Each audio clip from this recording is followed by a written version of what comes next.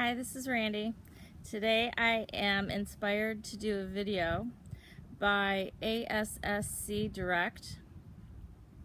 He spoke on something recently, and I will put a link to it in under this video, about what happens when the narcissist leaves you and what's going on in their mind when they are looking for new supply and finding that new supply. So I'm calling my video today the manic depressive cycles of the narcissistic personality. Like bipolars, they constantly seek that mania. Narcissists want that feeling of being high all the time, the euphoria. They get that with supply. After they've put their spousal target through the fatally flawed loop of idealization, devaluation, and the discard is still pending, one thing I've realized is that the discard really can be initiated by either the target or the narcissist. It's not always initiated by the narcissist. The narcissist is so attuned to the target's reluctancy or non-compliance or tiny signs of rebellion in the target, or that loss of respect that we start getting for the narcissist, that they react to it immediately.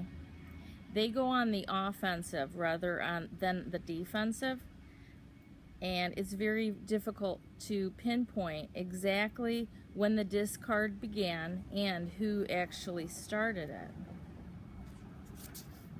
In other words, was the narc setting you up to leave him so that he could be free to go off with his new supply?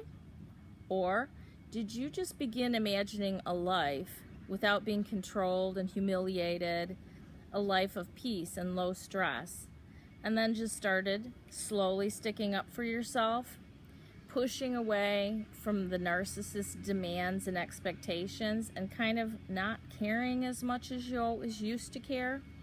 When the target does this, the narcissist panics inside, and if he hasn't already begun looking for a new supply, he will look for it then, just after you give the slightest messages to him that you're maybe not going to be willing to be fully controlled for the duration of the relationship. No one's talked about wanting to end the relationship. In fact, sometimes that's never talked about because that would be more like closure. A lot of times the target nor the narcissist want to really end the relationship, but yet it does end, and it ends in that really horrifying grand finale because neither partner really wants it to end. The target wants the narcissist to see his evil ways and make changes. The target wants the narcissist to just become more reasonable, apologetic, take ownership, accountability, stop cheating, become reliable, be more responsible with money. The narcissist wants the supply to go back to the way that he or she was when the supply was super compliant and didn't question anything that the narcissist did or said. So, regardless, it's very difficult to know what happens first because it seems to happen simultaneously. As soon as the target begins rebelling in the slightest sense, the narcissist starts acting even worse. It's not what you would expect.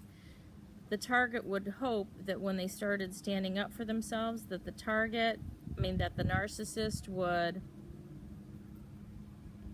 pull back, look at his own behavior and accept responsibility, but it's the opposite happens. So whether or not, regardless of whether or not the narcissist actually has his eye on a new supply, and chances are he may have his eye on one, but unless he's actually living a double life with the other supply at the same time he's living with you, then he hasn't really secured or locked down that supply. So he has someone in mind, he's probably having sex, but that doesn't mean there's a guaranteed relationship, live together, partnership, or marriage. Those are two different things, right? And the narcissist wants that long-term security with someone. They don't want to give you up without being guaranteed of the next long-term supply, the one that's actually going to live with them. So the ideal situation for the narcissist is not only to have various supply lined up in case you begin the discard, but to actually practically have a ring on that person's finger already, or if it's a female narcissist, on her finger. And they want that before the discard happens. So the narcissist does not even want one day between relationships. They want to be able to know that they have a wife or a fiance or a girlfriend at all times. More than one at the same time is what they would prefer, because they don't want an overlap of time where they don't have a partner. But if they didn't plan things perfectly, and many of them don't, they may end up having a few days or a few weeks where they have potential supply lined up, but yet that person isn't completely locked down into a committed relationship with them. While they're in that period, that kind of limbo period, they're going through a lot of stuff. It's causing them a severe narcissistic injury because essentially they're alone and they don't know what to do. They have heightened fear, depression, paranoia, and they will blame the former spouse for all of the feelings that they're having. They're saying that they will say that you caused it, even if they're the one who initiated the discard. So also during that time, the narcissist has extremely poor judgment, and they can begin to look psychotic. We also call them decompensating at that time. They get so desperate, they will almost pick up just anyone off the street to be their new partner. And that's why you kind of look and go, oh my God, like, I've done all this for that person, and all he had to do was, you know, apologize and agree to turn over a new leaf and then actually start doing something. But now he's gone and picked up a new person that is like totally out of character, nothing like the last partner, maybe mentally ill, maybe not attractive, maybe somebody who doesn't have a good job or a job at all, maybe uneducated, someone that you would really wonder, like, what does he see in this new partner?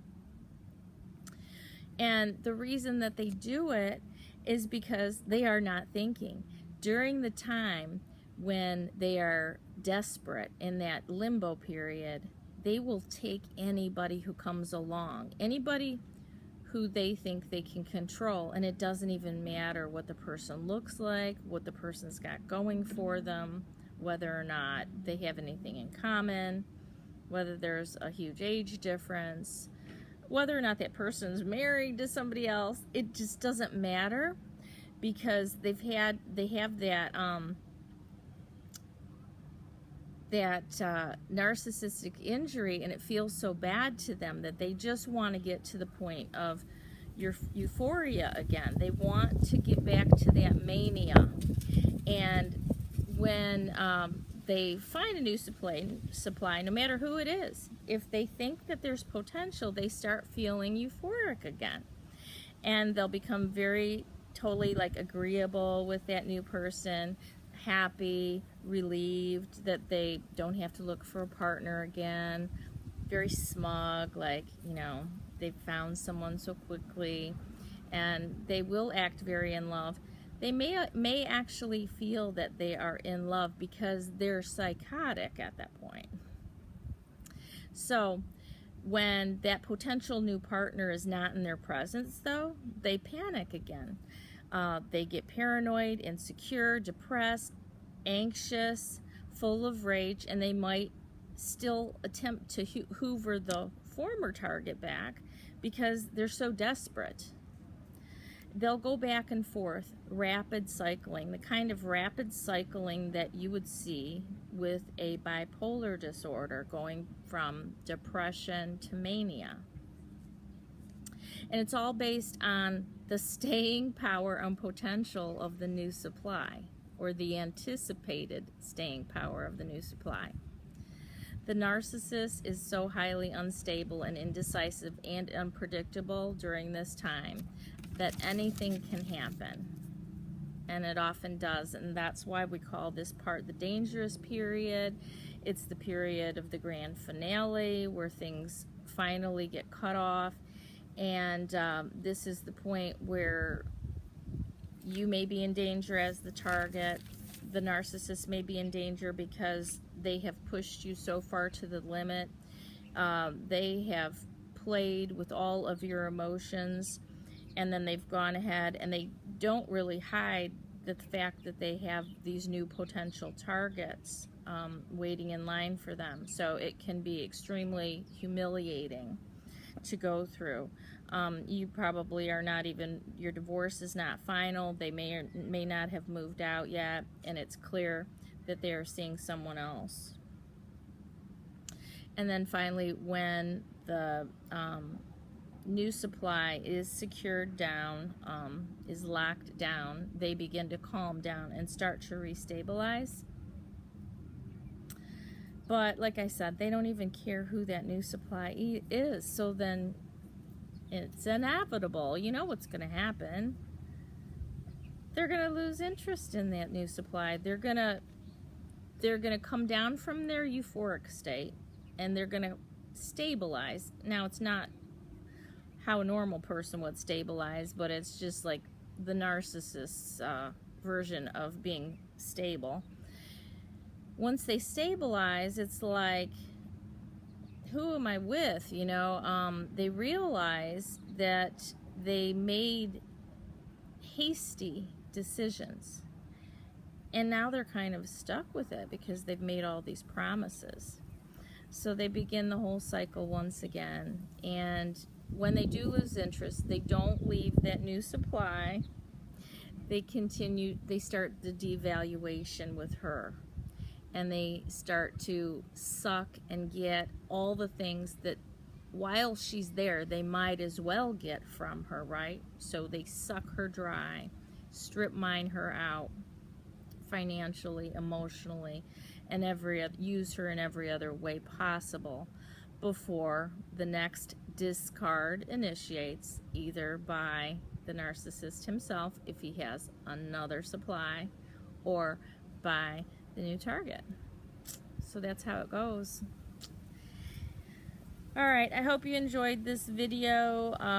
Look in the description box below. I will put the link for ASSC Direct's video that inspired this video, and thanks for listening.